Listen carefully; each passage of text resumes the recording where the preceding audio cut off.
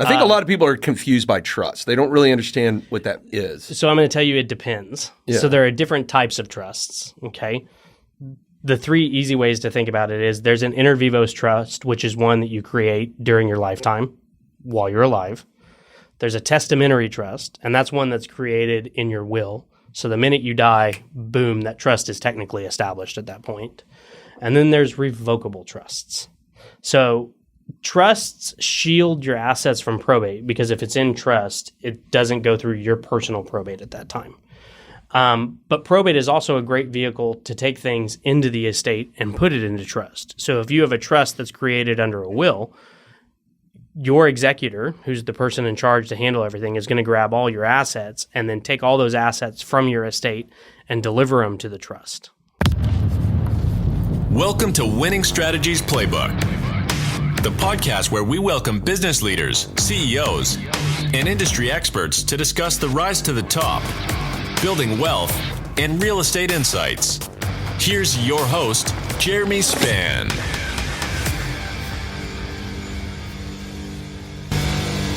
Welcome to Winning Strategies Playbook. For more information on this show, go to myexperiencedrealtor.com. That's experience with an ED. Click on podcasts and you can scroll down to this episode, other episodes on all the different platforms, YouTube, you name it. And if you're looking to buy and sell real estate anywhere on the planet, go to the homepage, click Find a Trusted Professional, and we'll make sure we get you connected with somebody that actually will look after your interests instead of looking after their own self-interest. But we're not here to talk about real estate today. We are here with my friend, Jonathan Berry. Welcome to the show, Jonathan. How are you doing, my friend? I'm doing well. Thank you for having me. Man, I appreciate you coming. Well, my father-in-law said whenever I was going to get this show started in the beginning, he goes, you must do a joke. So I intentionally do bad jokes, right? So are you ready for the joke, Jonathan? Considering I've got two and one on the way, I need another dad You need joke. one? Okay, well, this one I found fitting, not only for your industry, but because you do have a third on the way, which is, what did the lawyer name his daughter? Objection? Sue. That was good. So for the audience, and I know Jonathan has been dying to tell this story, let's tell the audience of how we met and how we got connected, because it was about 10 years ago, wasn't it? Yeah, 10 or 11. Yeah, so 10. I was a member of the Fort Worth Club, still am a member, but was at the Fort Worth Club having lunch, and I sit down at the tables in the athletic center. And for those of you that don't know, the one thing that's really cool about the Fort Worth Club and how it generates camaraderie is you have these big round tables that hold 12 people. There's no assigned seating, and you just sit, and you're going to sit next to whoever's there.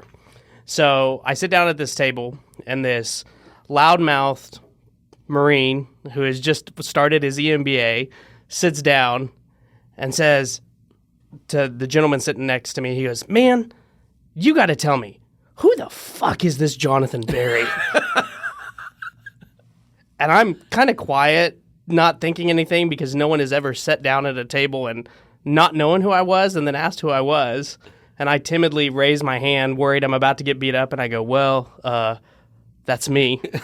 And Jeremy goes, "Man, everyone talks about you. I've been meaning to meet you. Can we go have a beer?" I said, "Sure, I think this is great." Yeah. And our friendship has blossomed ever since then. That's it. In matter of fact, it was the first person I remember talking about you was the Prince. It was. And I think that's actually who was at the table. It was Sir Todd Miller was Sir sitting next Todd to me. Miller. Yeah, Sir Todd Miller. That was kind of funny. And then, especially for the audiences, at the time, I was still with Fort Worth PD, but always still had my entrepreneur itch and had little tiny businesses here and there. And when I joined the Fort Worth Club was to expand my network, right? And then I meet Jonathan because everybody kept saying Jonathan Berry, Jonathan Berry, Jonathan Berry, Jonathan Berry. And I was like, who is this guy? And it sounds like he knows everybody and their sister. And so then I'm literally doing that because, as anybody that's listened to the show knows, that I'm very appropriate about things. I would say appropriate, not so much, but intentional, yes. It was intentional. It was, I think just the timing was perfect because there are only two ways that introduction can go. And either I've done something terribly wrong and I'm about to go in an alley with a guy, or there's about to be someone who's going to meet me who knows a million other people, and I am on the list of his people to know. And so, thankfully, I didn't get taken to the alley that day. Everybody always says stuff like that about me. Do I really come off as that guy that's going to go take people out to the woodshed? It's not you. It was totally your timing on everything. Oh, the timing. Because I have a lot of people go, yeah. And I think, so it's really funny. It's one of my guests I've had on here was my former executive coach, Tony Ford. And he had said, I remember we were sitting there doing one of our weekly meetings, and he goes, hey, don't move. And I was like, yeah, what's up? And he pulls up his cell phone and he takes a picture of me and turns around and shows it to me. He goes, you are so intense all the time that this is what you look like. And I was like, oh, that looks pretty bad, I guess. And he goes, your intensity at even its lowest intensity is still higher than everybody else's highest intensity. And it was just, I was like, really? I was like, man, all right, well. Well, I will say we also probably set a record that day for the table in the Fort Worth Club, because with you, myself, and Todd Miller, we probably had 3 of the loudest individuals at one table. Oh, yeah. And I think between the 3 of us, we probably knew 80% of Fort Worth. Oh, I'm 92. 92%. So for the audience, let's talk about where'd you grow up? Where'd you come from? Let's go through your journey to how you got to what you're doing today and everything else. Okay, so I am not a native Texan, and I hate to let people know that. Boo. I know. I remedied that by going to the original state institution of Texas A&M University. So Another Aggie. I grew up in a small town in southwest Kansas that was 8 miles north of Oklahoma and 30 miles east of Colorado that had 346 people. And then my parents, when I was in 6th grade, between my 6th and 7th grade year, moved to Weatherford, Texas. So went to Weatherford, graduated Weatherford High School, went to A&M, met my beautiful wife of soon-to-be 3 children. I'm going to stop right there and just say, if there's anybody that ever outpunted their coverage, that is you. That's true. She's an athlete at A&M. Yeah. She was a Presidential Scholarship Award winner. She was a BIMS major. She got her master's in epidemiology in 5 years, her 5th year at A&M. So in 5 years, she got her bachelor's and master's. And she is currently all but dissertation for a PhD in biostatistics. Yeah. And she runs a household.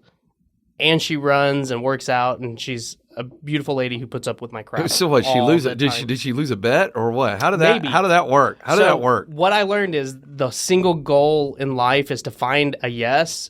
And then once they say yes, to just keep moving forward. Right. I say the same thing about Laura. She tries to say, well, I was drunk. And I was just like, yeah, but there's an annulment period for 90 days that you didn't take advantage of, and you weren't drunk for 90 days. What's even better is this was consented, agreed upon, and 100% sober decision this year. Now, y'all met because of the Lutheran church or Correct. something like that, right? We met in Aggie Lutherans. Yeah. We were both members, went to church together. I was one of the weirdos that went to the 8:30 service. I mean, what kind of college kid goes to an 8:30 service on Sunday? The ones that are also in the library studying.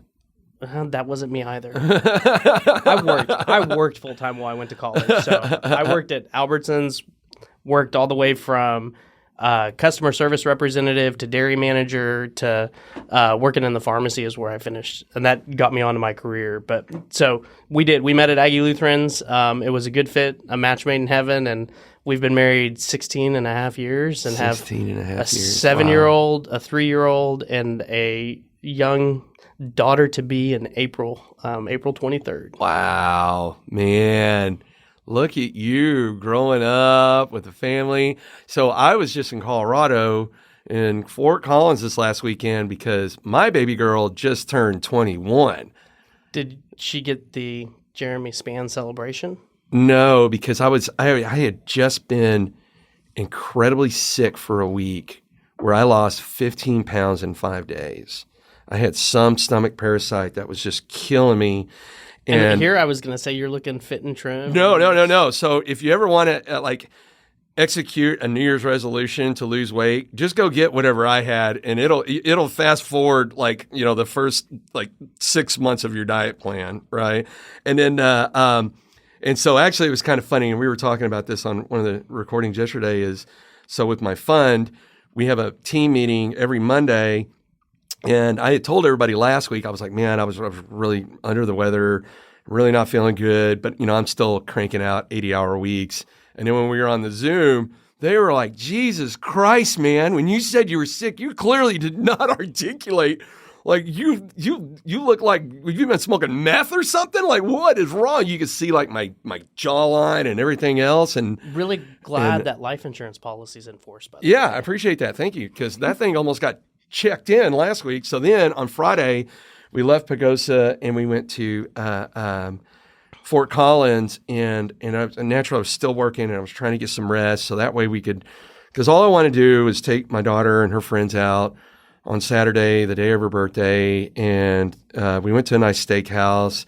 And so I had a cocktail because I wanted to have a legal drink with my daughter that I know she's probably been doing illegally since she was 15, right? But So what was your cocktail of choice? Because come on, through COVID, Yeah. I learned 174 different cocktails because we had both kids at home, had to separate the day. We're both working from home.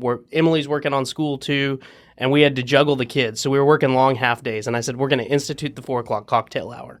So we did, and I learned 174 different cocktails. So my go-to, like I'm a whore for old fashions, if it's a good old fashioned, and I just love an old fashioned. Okay, do you do the old fashioned with rye, or do you do it with I'm a bourbon? rye guy.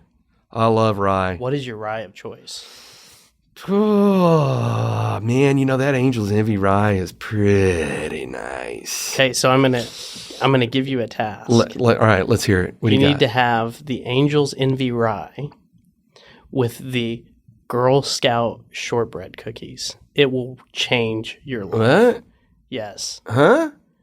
Tell me about this magical unicorn you speak of. So somewhere, sometime, we found a bourbon and Girl Scout cookie pairing. What? And it is amazing. Basil Hayden's and Thin Mints changed my life forever. Oh man, I love Basil Hayden too. I am a sucker for the brown stuff, right? And which is really funny because I used to be. I've always been a Middleton's guy, right? And so I recall a bottle of Middleton's that was delivered upon my law school graduation. That's right. I thought that was a great accomplishment that deserved a great bottle of booze. I have just a little bit left. Yeah, a little bit left. Well, I got about 17 empty ones sitting in my house up in Colorado. Like somebody will come in. So like our EO forum, we did our retreat up at my house in Pagosa back in August. And the guys got up there and they were like, you got like 4 bottles of Middleton's. I was like, man, I really love that stuff. And they were like, that's like $1,500 worth of booze right there. And I was like, it's like angels crying on your tongue. Do you still have your special locker of it at the Fort Worth Club? Maybe. I don't, what's really funny is, so for me, COVID changed everything in a good way, right?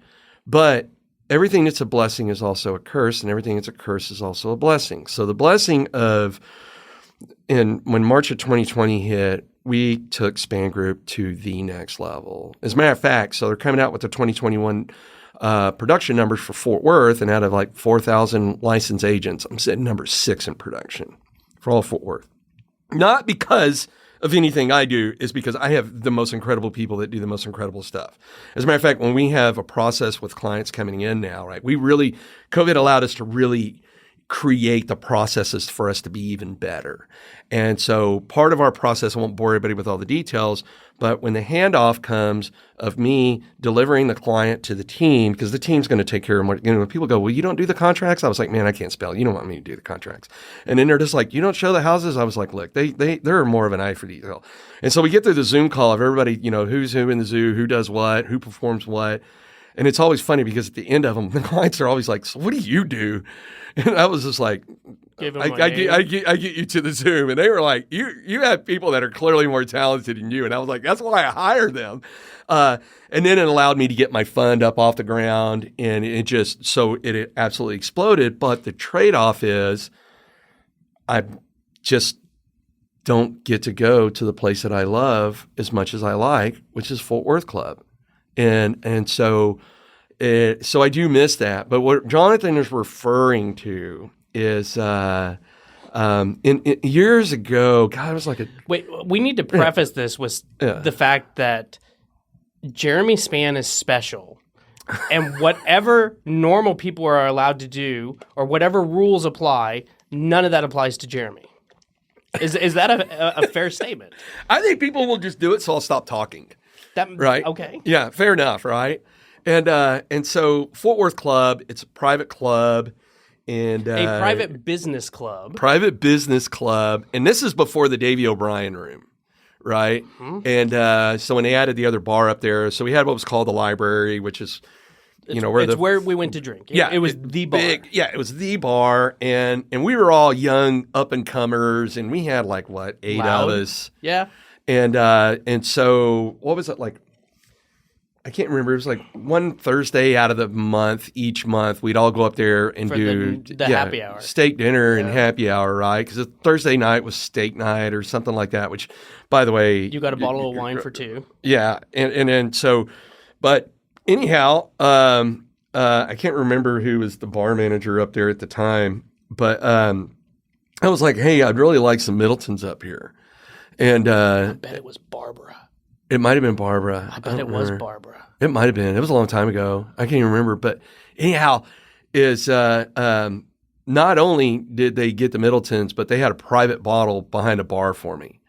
And Jonathan was like, how is it that there are people that have been members here for 50 years don't have their own bottles? And I was like, I don't know, man. The answer's always no unless you ask. So I asked. And it was just fun. It was really kind of fun back then because we didn't have the responsibilities we have today, right? And we were all up-and-comers, and we were younger. I was much younger. Who's got responsibility now? I have no responsibility. Oh, stop it. Stop it, Jonathan. Stop it. Hey, so let's go back to this 177 cocktails. Is that what you said? Yeah, I learned 100. So you literally found the end of the internet researching these. I didn't. I bought 3 books off of Amazon. Okay. And I'm going to give a plug to Death and Company, the bar. They've got 3 bars. One in New York, one in Denver, and one in LA. And they have fantastic cocktail recipes, but they have masterfully put together books.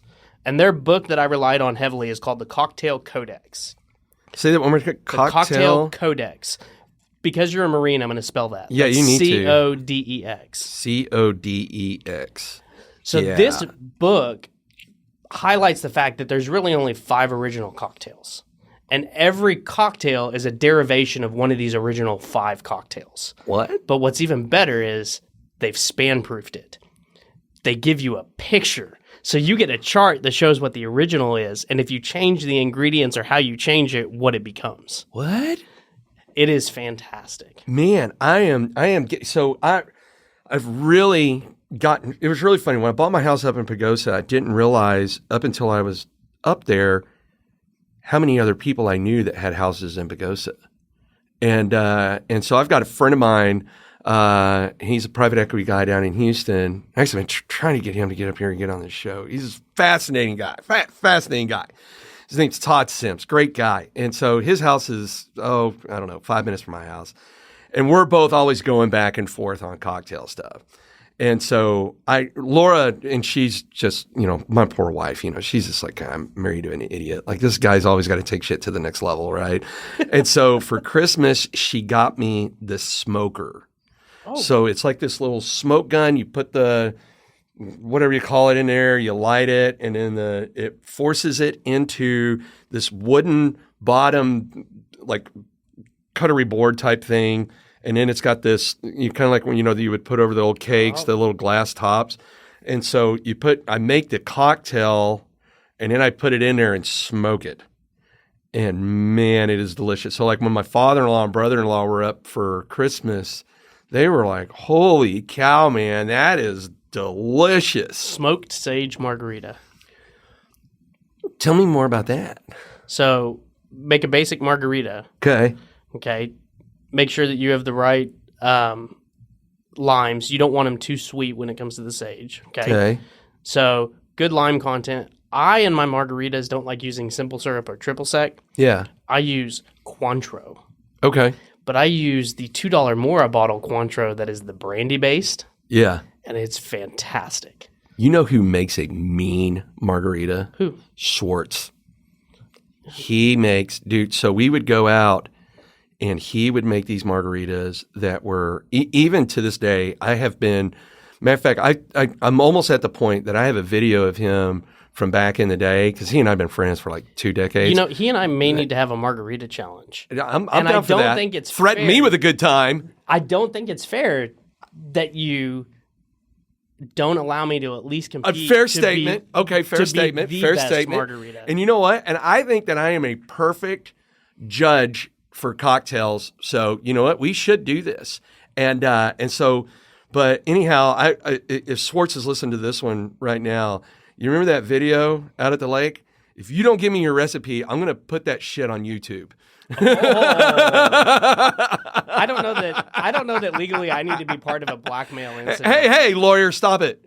You're not on retainer. Plus, I'm going to retain you, so that way you have no choice but not to defend him. I don't know. Yeah. I've got you on one side of the house. I don't know that I need you on both. Oh, no, come on now. Come on now. So Margarita. So what are the 5 original cocktails?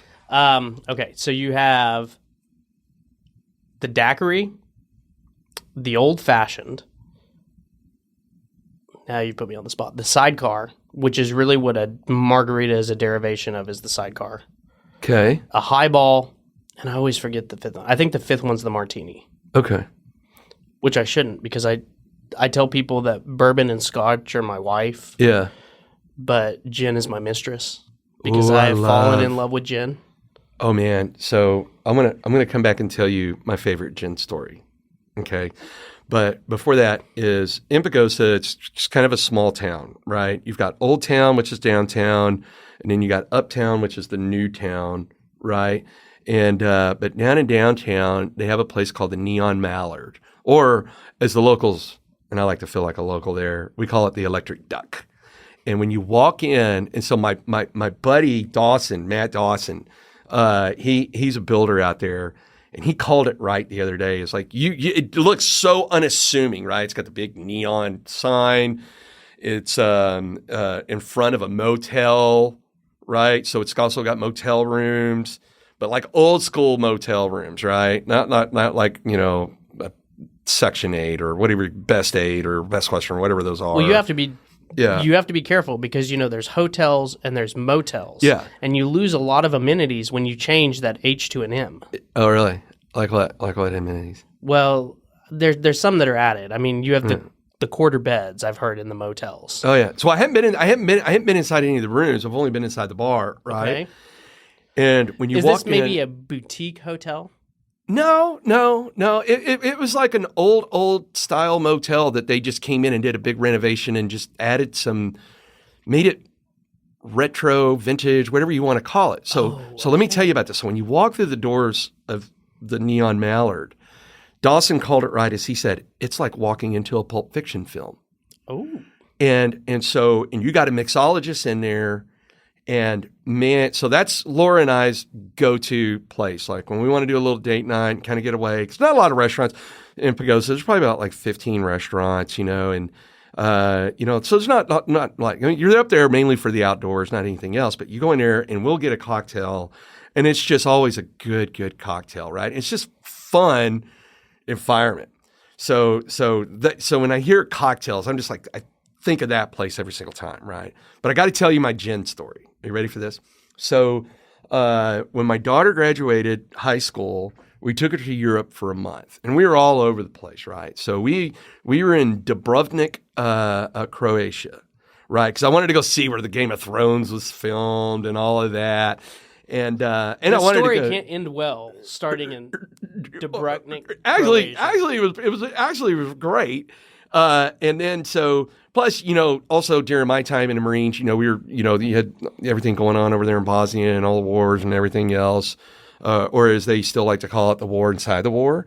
And you could still see on some of the buildings, where, the rounds had impacted and chips and everything else. So yeah, there's this Michelin restaurant that overlooks the bay, where is the castle that they filmed the Game of Thrones. And it's called Nautica. And I'm a big Michelin fan, right? Matter of fact, we plan our trips around culinary, right? So we get there and we sit down, and this guy, this Croatian guy comes out, my name's so-and-so, and I'm here to serve you, blah, blah, blah, blah, blah, or whatever he says. And he says, can I start you off with a cocktail? And I was like, well, what do you recommend? And he goes, the gin and tonic. And I was like, is it good? He goes, it is the best gin and tonic. And I'm like, whoa, whoa, whoa, hero.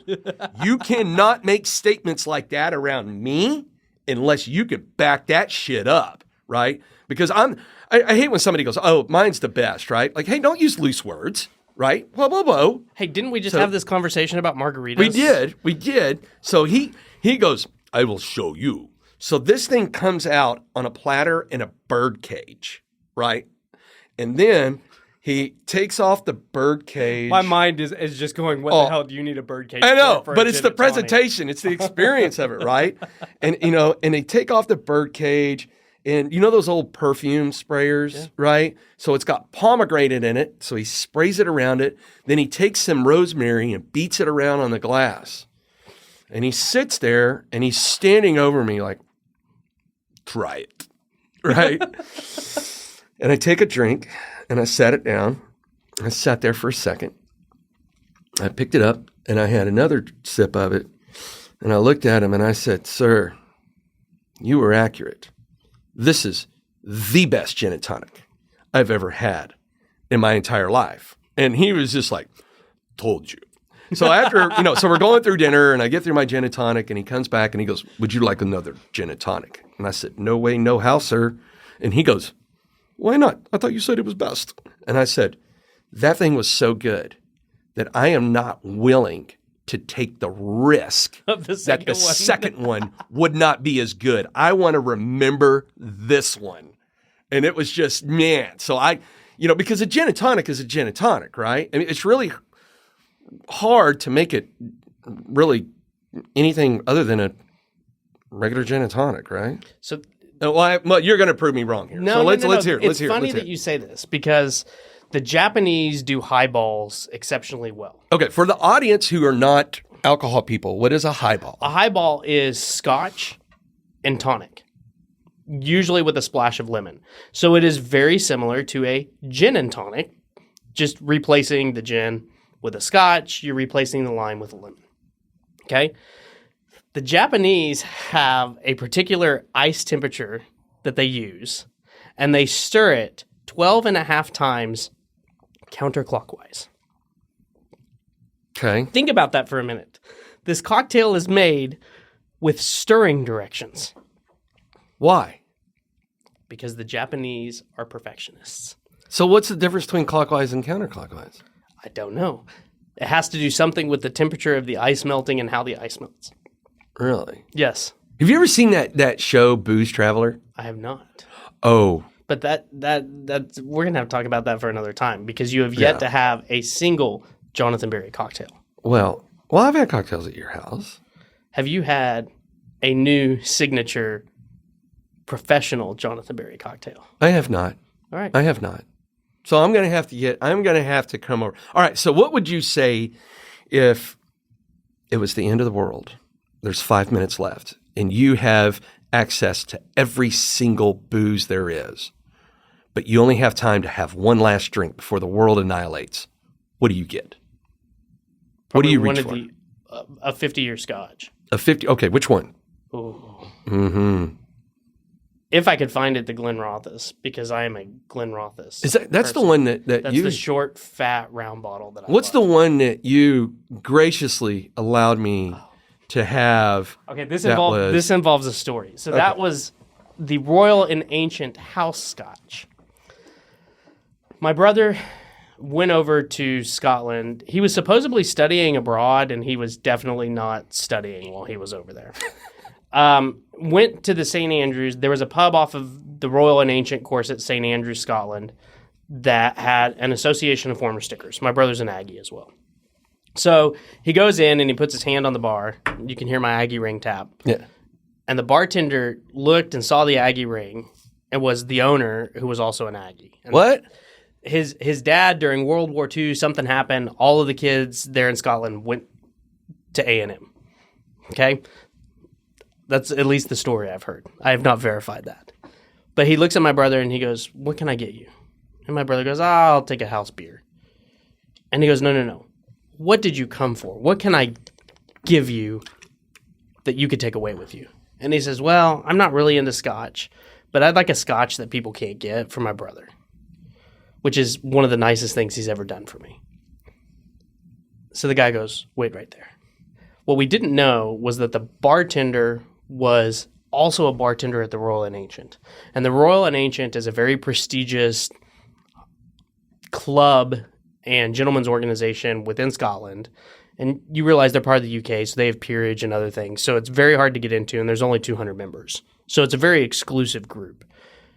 He went over to the Royal and Ancient, came back to my brother and handed him a bottle of the Royal and Ancient scotch. Said, you need to take this up to your room, wrap it, hide it, then come back and we can talk. And my brother's like, okay, whatever. He's, 22-year-old who's been backpacking through Europe for 6 weeks. So he goes and puts it in his room, comes back, sits down, and the bartender says, let me explain something to you. This is the house-made scotch, whiskey that they call it over there. We call it scotch. He said, this whiskey is made exclusively for the club. It is a small batch whiskey that goes to some of the most notable people who are members at the club. It's all they drink. There's only 200 bottles a year that are made. 2 cases of that goes to the winner of the Open, or the British Open as we call it here, in golf. The remainder stays at the club. You have a scotch that unless you win the U.S. Open, you will not have otherwise. Wow. That is one of the coolest scotches I have. Yeah, I remember us sitting on your front patio.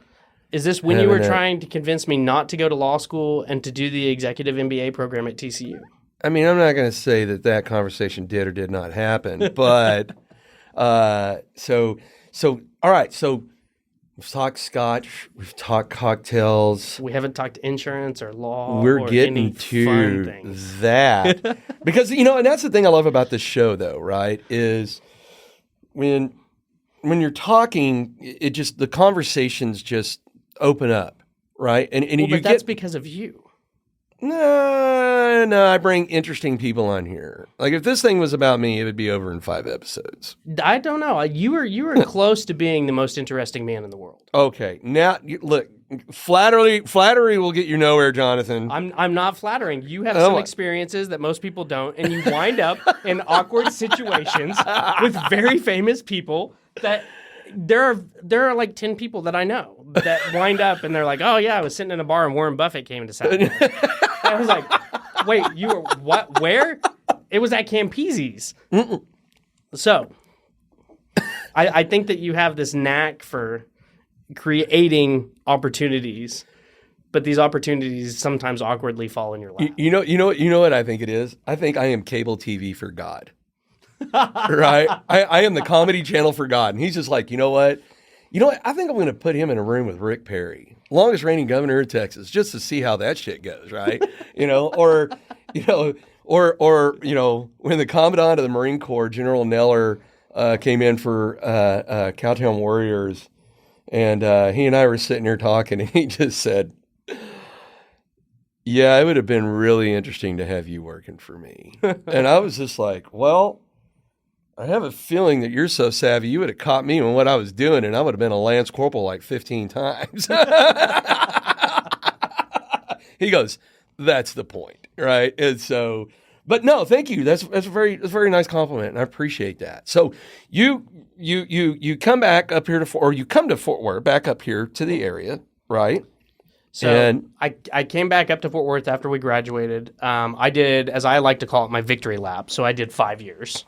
Was still working with Albertsons at the time. My wife had gotten a job with the Baylor Hospital System, running a program for them. And I was looking for a job. I'd applied to dental school. After having really good test results, I did not get an interview. I'd applied to pharmacy school, did not get an interview. So God wanted me somewhere else, evidently. I was working in the pharmacy at Albertsons. This gentleman came in. His reading glasses had broke. I sold him a new pair of reading glasses, saw his Aggie ring. He liked my attitude and personality. He offered me a job at his investment firm. Little did I know that his investment firm was under the MetLife umbrella. So I became a life insurance salesman. I did this for 3.5 years, and there are 2 gentlemen in town that offered me an opportunity and said, do you want to come work with the big boys? And I said, well, sure, not knowing quite what it would entail. They were independent, and they did a lot of really advanced planning, high-end net worth, estate planning to mitigate estate tax, a lot of business planning, things that you do with life insurance that you don't do in the typical realm. And they said, you can come on board, but you also have to learn how to be a consultant because you can write with anyone. You're not selling anything. You're trying to solve a problem. I said, okay. One first piece of advice in business that was good. So I worked with them for about 3 years, and one of the gentlemen, Phil Morinesso, who I've known since I was a kid, went to church with him. He said, I want to give you some advice. He said, Jonathan, the day that your client outgrows you, they don't have any use for you anymore. And you've Tell the lost your audience job. what that means, outgrows you. Well, so I think it can mean several different things, okay? In our instance, there's a step to go from being a salesman to being a consultant. But then there's a step to go from being a consultant to being a planner and an advisor, okay? When you're dealing with large estates and mitigating estate tax, you have an attorney that's involved, you have an accountant that's involved, and everyone's on the team trying to solve the common goal, okay? And you have to put, check your pride at the door, especially when you're the life insurance guy that shows up with an attorney and an accountant and they look at you and say, oh, what are you going to sell my client today? And you laugh and you go, well, you invited me to the meeting, so I'm just here to help you solve the problem. But when your client no longer needs your services because you're not advanced enough or you haven't learned enough or you haven't grown enough to help them when they get a bigger problem, they don't need you anymore. They're going to have to go find someone that can solve that bigger problem. Give us an example of problem. So when you say, I know that's a wide variety of things, but a few examples. Well, let me give you an example of maybe an accreditation step along the way that kind of explains this, okay? Mm-hmm. Anyone, regardless of whether or not they went to college, can go take a Group 1 life insurance exam and sell life insurance, okay? You understand what the basics of life insurance is, how it's designed to work, and how you use it in everyday, I need to cover a mortgage, I need to cover my income, I need to protect my family, okay? When you get to a family that's worth $200 million, there's not a question if they have an estate tax. The question is how much is their estate tax going to be? And if there's a business involved, you have a liquidity issue. So not only now are you trying to use life insurance for the leverage that you get, but you have to plan around 4 or 5 different sections of the Internal Revenue Code to make sure that you don't have them have a higher tax than what they're already due. So it involves making sure that the life insurance is out of their estate, that if it's in a trust and they're gifting things, that the gifts are done appropriately. And there are special ways, and private split dollar is one that people have probably heard of or may. And it's a contractual agreement. So you are adding 7 to 10 different facets of a life insurance transaction that go beyond the life insurance. Okay, you're adding a tax implication, you're adding gifting, you're going to have trusts involved. So there's a lot larger scope of what you're doing than, hey, I'm just here to sell you a life insurance policy. Okay? When we had talked about this, the first thing that I looked at was getting lovely initials after my name, which all insurance guys do. And one of those is AEP. It's called an accredited estate planner. Well, the accredited estate planner requires an estate attorney and an estate accountant sign off on your accreditation after you've taken the classes and the test.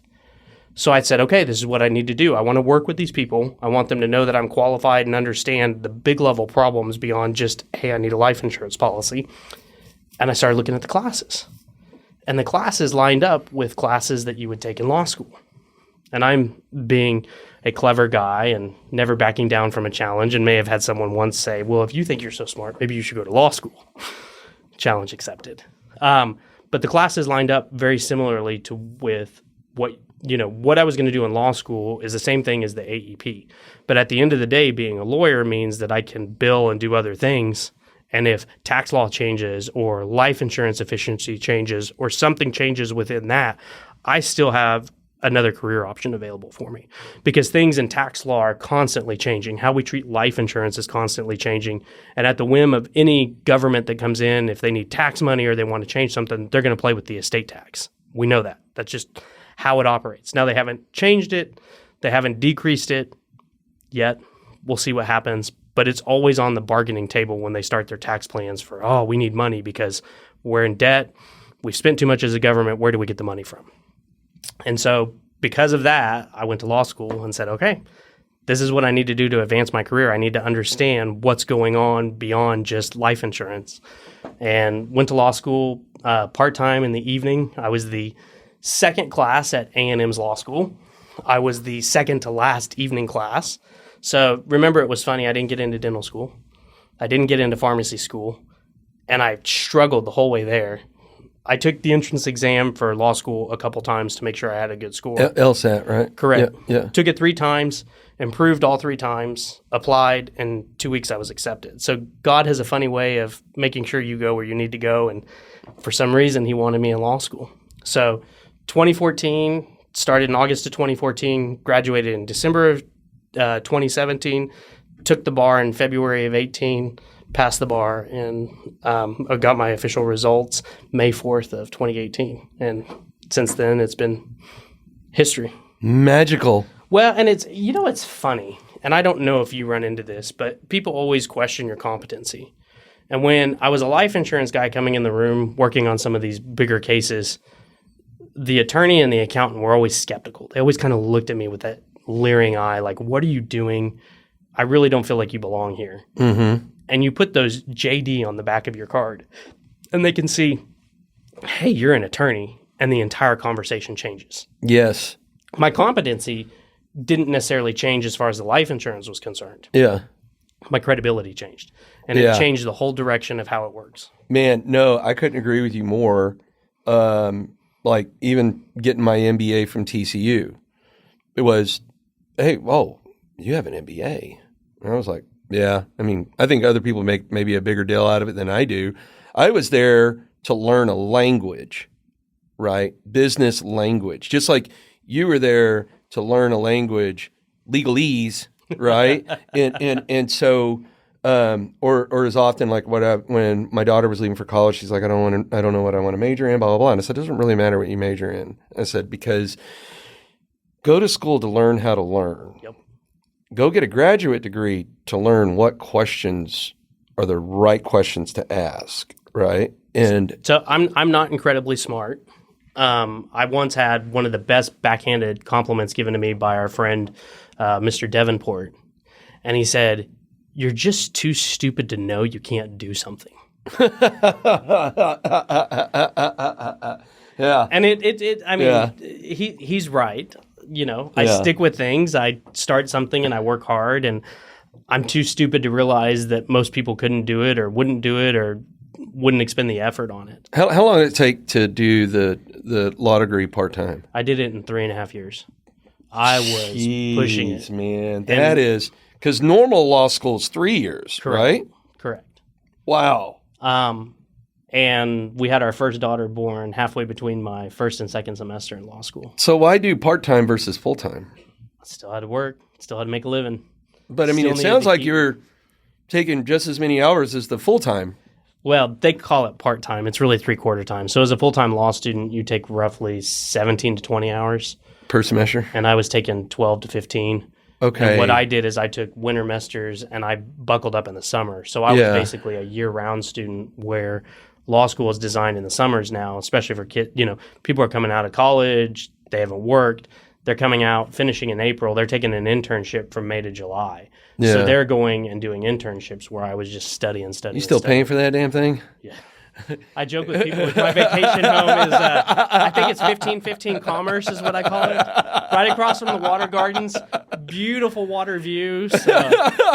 So that in 2020, we paid off Laura's law degree and my MBA, and it was just this, even though it's not high interest or anything else, but it was just, man, education's so expensive, even more expensive now, right? Mm-hmm. Where it was just this feeling of freedom to have that thing paid off. It is. It's hard because there's a huge debate today in education, which I'm sure you hear about, is education worth it? Are the degrees worth it? And I met someone the other day, and I'm not going to say where I met them or what the conversation, but they had a degree in Russian gay literature from a liberal arts college. Okay. Say that one more time. So I Russian gay literature. Okay. And it was a PhD, so they're very qualified. They're very smart. Yeah. Unfortunately, they lost that point that you were telling your daughter where college teaches you to learn and then your graduate degree is to help you hone that. Yeah. There's a very small marketable opportunity for someone who has a PhD in Russian gay literature. Right. So I think that professional schools, for the most part, are worth it. There are some schools where you go to. I have a buddy that's an orthodontist, one of my best friends. He did fine. He went to the University of Oklahoma. He has an awesome practice. But there are people that he knows that are colleagues that went and had almost $1 million worth of debt from going to dental school and orthodontic school. And their interest alone is more than what they're making now because of how the practice has changed. Yeah. Okay. So I think a lot of it's about understanding who you are, what you're doing, and living within those confines. But people ask me all the time, they say, hey, do you think law school is worth it? Yes. Do I have debt from it? Yes. Am I going to pay it off? Yes. I look at what I'm able to do, and I have a law practice as well. And so I have my insurance practice, I have a law practice. If it wasn't for my law practice, COVID would have been incredibly hard because the insurance market, as far as life insurance, shut down completely. You have something that is based upon people dying. You have to take a physical exam or a medical exam to do it, and it requires you to see people. Insurance companies said, we're not taking applications, we're halting everything, we're not issuing policies. We don't know what this is going to look like. And I had my law degree, and I'm referral only. I have been. I'm fortunate that I have at least 2 to 3 times a day my phone is ringing for something. There were people that were mad. They were worried. There were contract issues. There were still people dying, so we still needed probate. So I was able to use my law degree and continue to maintain my insurance practice through that doldrum that we had because I did have the law degree. So it was a blessing for me to have it. So why keep the insurance practice and just not focus on the law? I enjoy working on hard problems. Okay. And it's different. So people ask me this all the time. They're like, well, don't you want to do one or the other? Okay. As an attorney, and you know this because you've paid a lot of attorney's fees, which I hear you complain about a lot. Donald, you better buy a new house soon. It's a billable hour. Yeah. And you can't get away from the billable hour. You can only raise your rate or hire employees and use it as one of the greatest Ponzi schemes in the world. And I joke, but law practices are designed that partners get the benefit of having a foundation, bringing in more work than they can handle, and having other people handle it that you're paying a salary to. Yeah. Okay? That's what associates are there for. That's also their place to learn. Yeah. And you need to do that. My insurance practice is driven by a commission payment. I'm paid for the life insurance policy I put in place. But that means I have to go through all the steps of putting a life insurance policy in place. I have to go through the health exam. We have to get through underwriting. We have to make sure that it's qualified.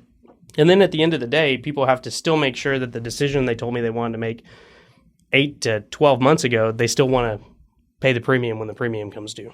Yeah. And all along the way, too, we have to fit it in the box for, does it go into a trust? Is it owned individually? Is the business owning? How do we make sure that we don't incur a greater estate tax on it by having it in the estate? How do we make sure that all the pieces fit?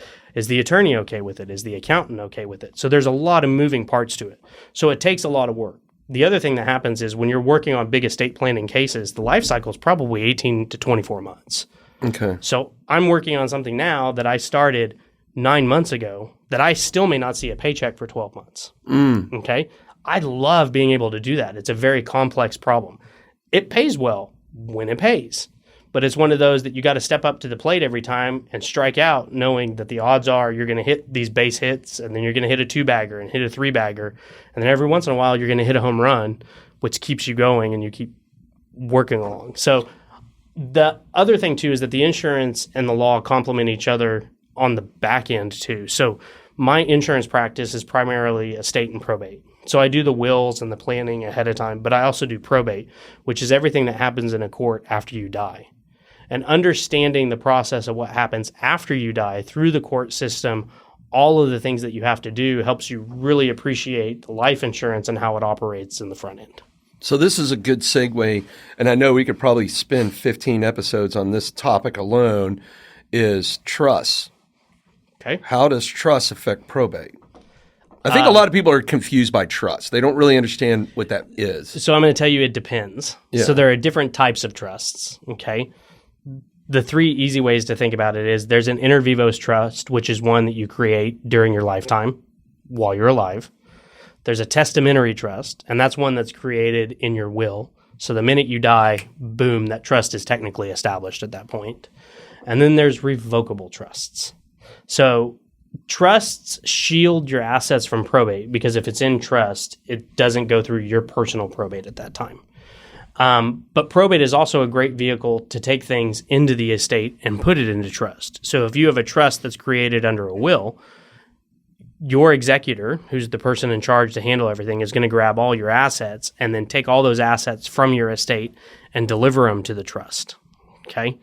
So that's a testamentary trust. The inter vivos trusts are typically are irrevocable trusts that you create. You create them for a special reason, and you seed it with either an asset or money, and it is irrevocable, and it is a gift that you're making. So it plays into the amount that you're allowed to give either per year or over your lifetime. So you have a lot of different facets to all those trusts, and they're all taxed differently too. So a testamentary trust doesn't exist until you die. You don't have any tax implications on it, okay? A revocable trust is a see-through trust. It's not protected for creditors or people who are coming after you, and it's under your Social Security number, so you're not paying the trust income tax brackets, okay?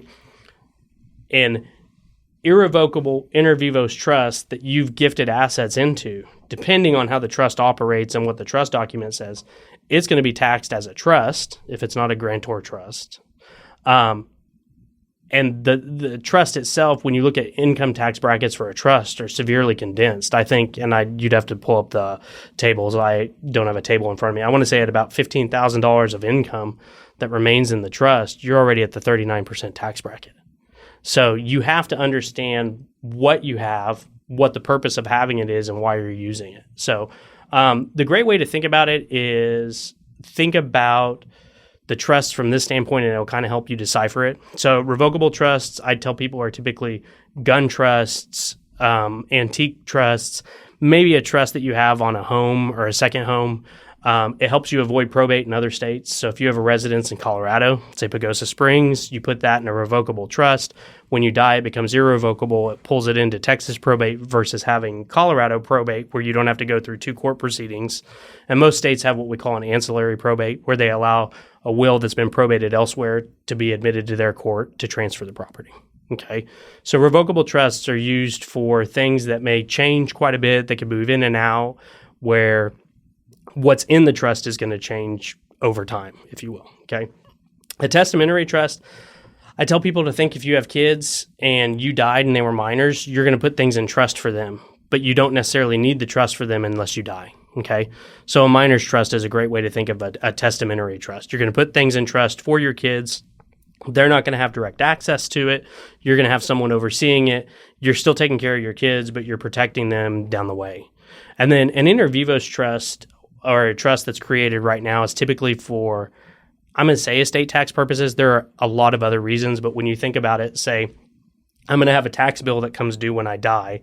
I want to get something out of my estate to lower that tax bill. I'm going to gift it into the trust. Whomever the beneficiaries are still going to get the benefit and use of that, but it's going to be kept in trust. And if it grows and appreciates in that trust, it's not going to affect my tax bill.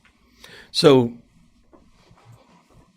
for more clarity for the audience, let's say, so Maggie, right? So she is something happens to me, she is the trust right?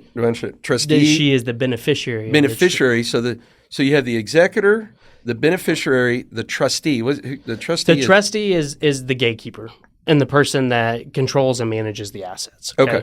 So the person for whom the benefit of the trust is, let's say it's Maggie, you've probably put someone responsible in charge and said, look, she can have, let's say, HIMSS, health, education, maintenance, and support. If it's for school, shelter, for education, or for medical reasons, you give her whatever she needs. But if she wants a new car, she's got to either meet some qualifications or go talk to the trustee.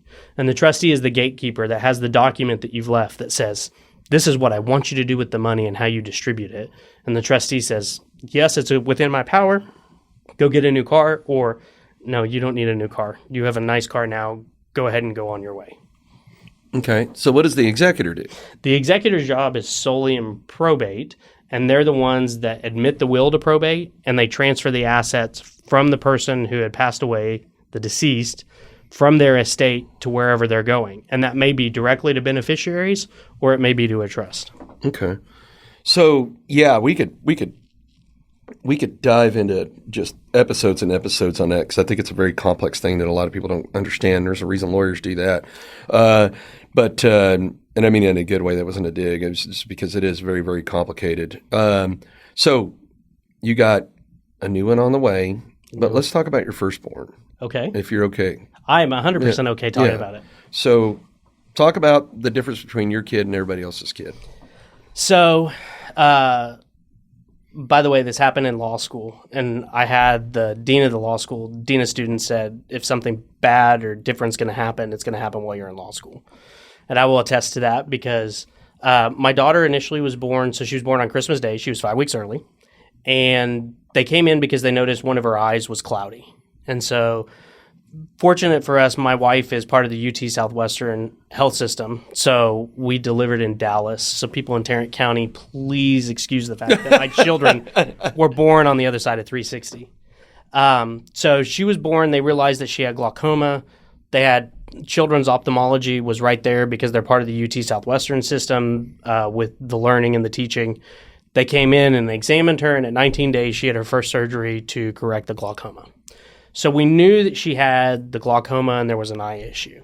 Well, when she was, I guess, a year old, so it would have been in between kind of my second year of law school, we were in Santa Fe, and we were staying with some good friends of ours who are both physicians, and she had a high fever one day and then had a seizure. Well, after her seizure, it looked like she had had a stroke because half of her body just had the droopiness, the eye, and it scared us to death. And rushed to the hospital. Fortunately for us, the couple we were staying with, she was an ER physician. She was there.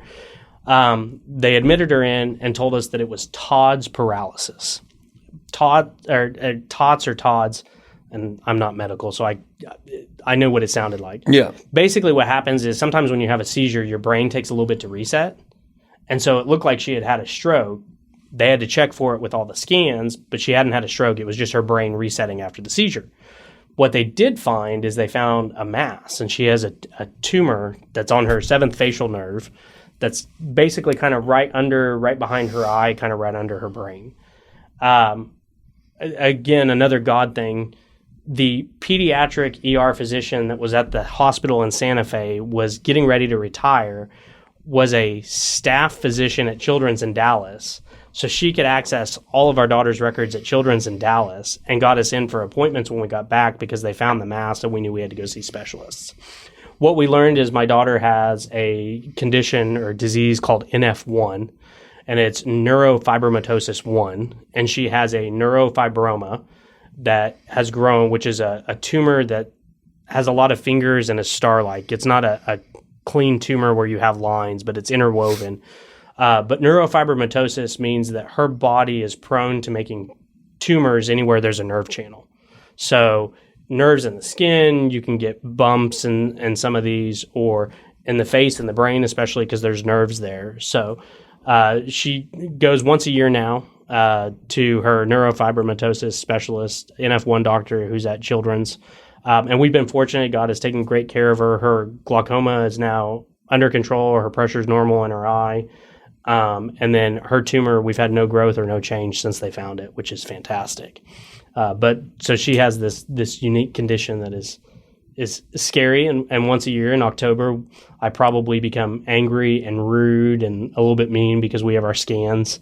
And it's what the doctor calls scanxiety, because you never know, it's been so long. You've been there a year. Everything's been going right. You don't want to go in and find out something's changed. Yeah. But developmentally, it doesn't affect her. We're very fortunate from that. She has glasses and has a pretty strong prescription in the one eye that she had glaucoma in. But other than that, she is a vibrant young lady who is now a first grader at St. Andrews. That's awesome. That's where my daughter went. And then on to Nolan. Yeah, that's so Yeah, I can only imagine how terrifying that can be. It is. It was a lot. And I mean, you think about it, I'm running my business and I'm having to run it at about 3/4 speed because You're in law school. I'm in law school. Yeah. I have a newborn kid who now has health stuff where at least once a week we're at Children's for any number of things. I can only imagine the medical bills stacking up on that thing. It was a long road. And the fact, I mean, if it wasn't for the support of my wife and, you know, we had a great foundation meeting again at Aggie Lutherans. So our values and our core and our foundation were there. And she's just an awesome person, and you know this. Oh yeah. And so love Emily. She's an awesome human being. We had a good teamwork, and we work really well together because we aren't the same person. We're very different, but we have really good complement to each other. And then, you know, family and friends, and just kept going. So do you ever sit around and worry about like how she will be affected in school? Because it's pretty, you know, someone looks at her and can say, hey, wait a minute, you don't look like the rest of the kids. So I don't, and I think part of that's my personality because I know how I've raised her. Yeah. And I don't put up with a lot of crap. I know how to take grief. I don't take a whole lot of it personally. I think it's different for a little girl than it is for a little boy. And I know my wife worries about it. Yeah. But she had an instance in kindergarten. One of her classmates came up to her and asked, she goes, your eye looks a little different. What's wrong with it? She goes, nothing. And he kept pressing. Well, what's wrong with your eye? What's wrong with your eye? She goes, it's just how God made me. What's wrong with your face? And so and you've met her. She has this personality that so sweet. Yeah, and you take 5 minutes to meet her, you're not even going to worry about the eye. And it's, you know, as she's getting older and she's getting longer hair and glasses, there are things. So, yeah, I mean, you always worry about it. I think she was born at a good time because I think our society is less accepting of people who make fun of people who are different. Yeah. Which is a benefit for her. Yeah. I will tell you, too, I mean, she's tough. You think about the number of times that she's been in the hospital and been poked and prodded and had surgeries and has to be under anesthesia. So she's a tough kid, and it is who she is, and she's embraced that. And I think that that's one thing that's awesome is it's just who I am. Yeah, and that goes back to one of my favorite sayings, right? Everything that's a curse is also a blessing, and everything that's a blessing is also a curse, right? Isn't that the Chinese proverb with I totally stole this from Garth Brooks's documentary one. He talks about it in there, and I was like, God, that's so accurate, right? Have you heard the Chinese proverb that kind of goes along with that? No. So a Chinese farmer was out in his field one day, and his horse ran away. And the city goes, oh, you lost your only horse for the farm. This has got to be devastating to you. And he goes, well, maybe. Well, the next day, his horse comes back with a herd of wild mustangs. So he now has 7 horses. And they're like, oh, you've had this huge blessing. And he goes, well, maybe. And his son's out playing with the horse. And one of the wild mustangs kicks him and breaks his leg. And they go, oh, this is devastating. He goes, well, maybe. The next day, the Chinese officers come through and they're signing people up for the military. And they're going off to a war that they know they're not going to win. And the casualties have been high. And they skip his son because he's got a broken leg. And he says, oh, this is a blessing. And he says, well, maybe. Okay. And the whole point of the story is you never know whether something's a blessing or a curse until you get later along in life and see what happened because of it.